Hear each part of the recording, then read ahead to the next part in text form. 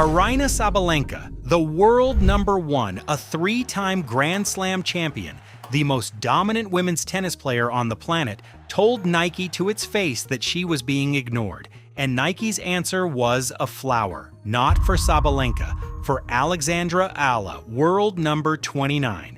0 Grand Slam singles titles, and quite possibly the most commercially dangerous athlete Nike has on its entire tennis roster right now.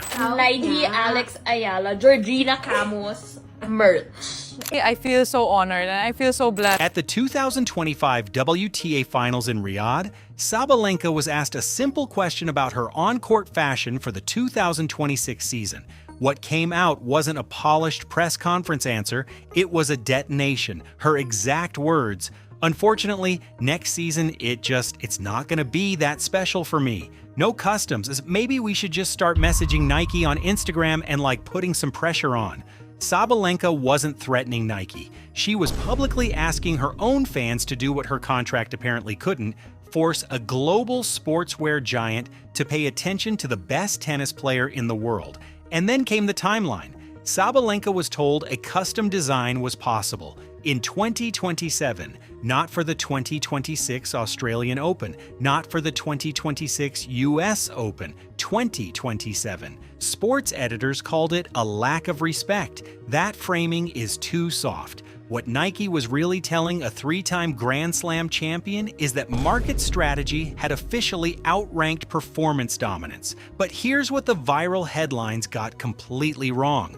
Sabalenka's frustration was never directed at Alexandra Eala, not once. The anger pointed squarely at Nike, at the brand's creative apathy toward a world #1 still wearing kits identical to hundreds of other athletes on the roster.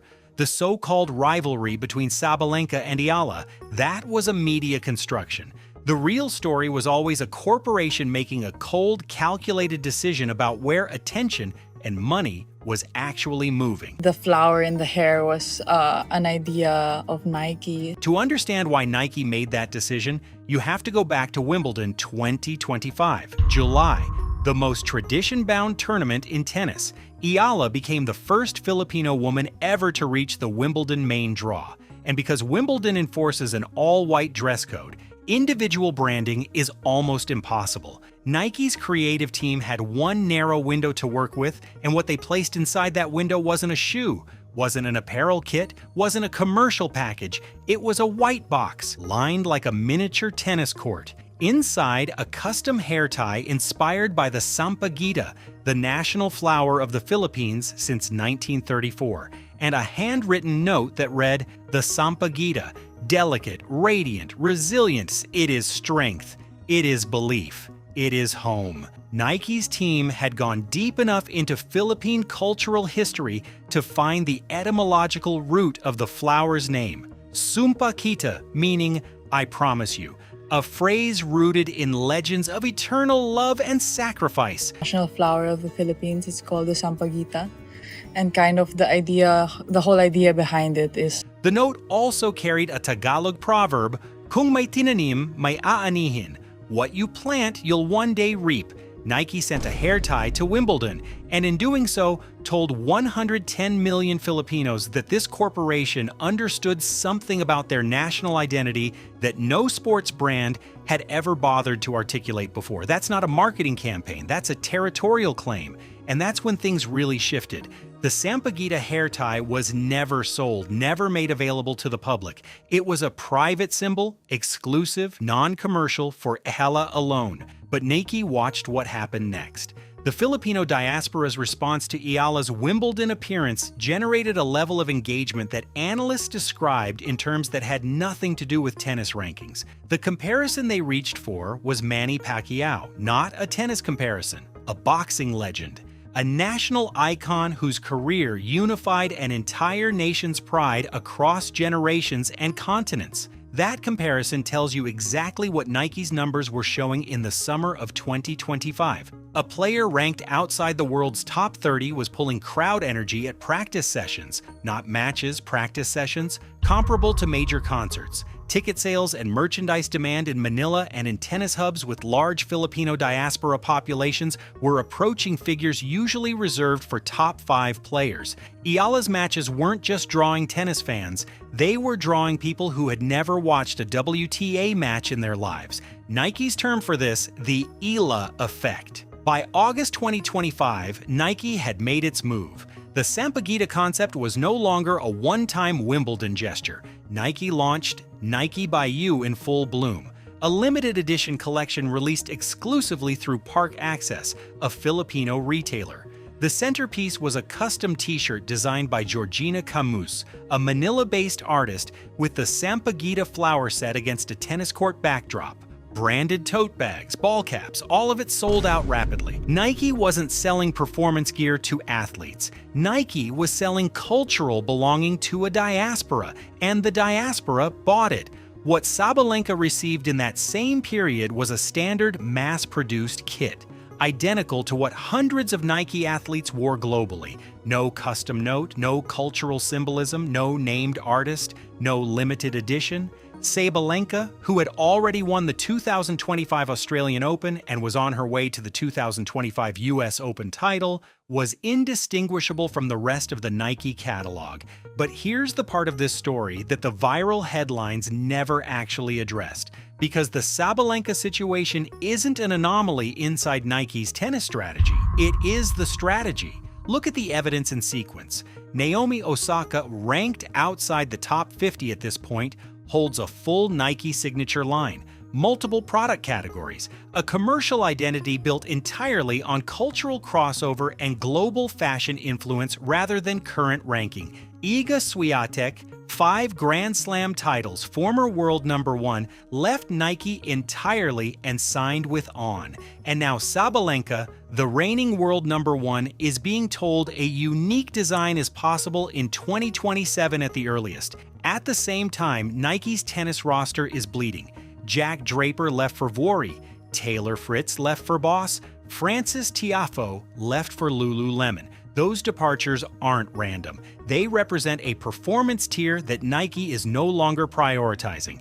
What Nike is prioritizing, and the Eala strategy makes this explicit, is the athlete who can open a market that was previously out of reach for the brand, not the athlete who wins the most matches. The reality is, a player ranked 50th with a deeply engaged audience of 110 million people may generate more immediate commercial return than the world #1 with a more spread out global following. That's not a sentiment.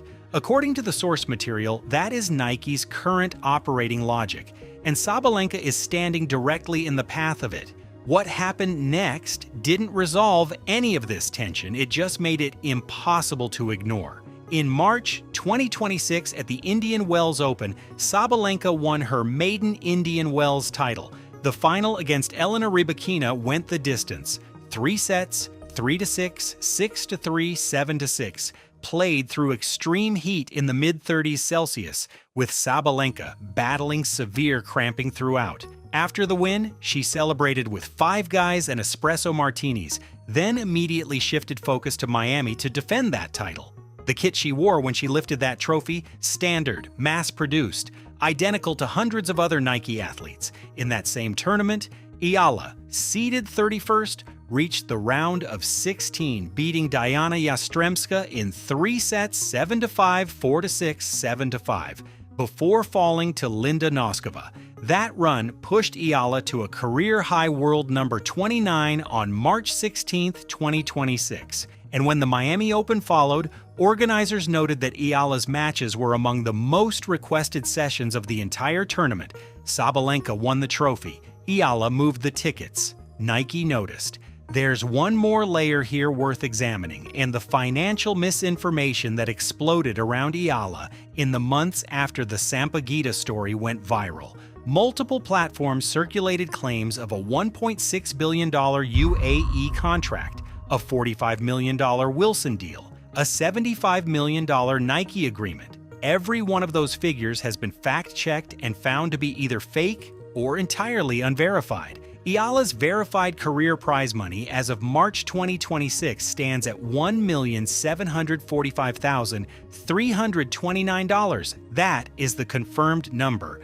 The misinformation persists because the pride Filipinos feel in seeing one of their own linked to international recognition creates an environment where unverified claims travel faster than official confirmations.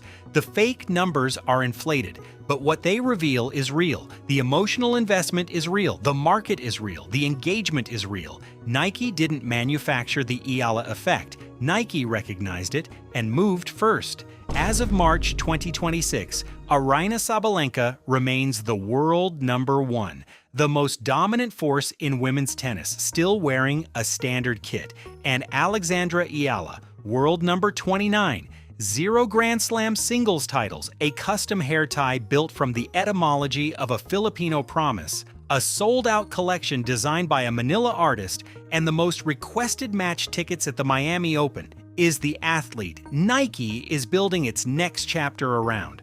The question that no one has answered yet, the one that will define the rest of the 2026 season, is this: how long before the world #1 decides that waiting until 2027 isn't something a 3-time Grand Slam champion is willing to do? The whole message is to just have something that, a piece of home with me on such an iconic court. Yeah.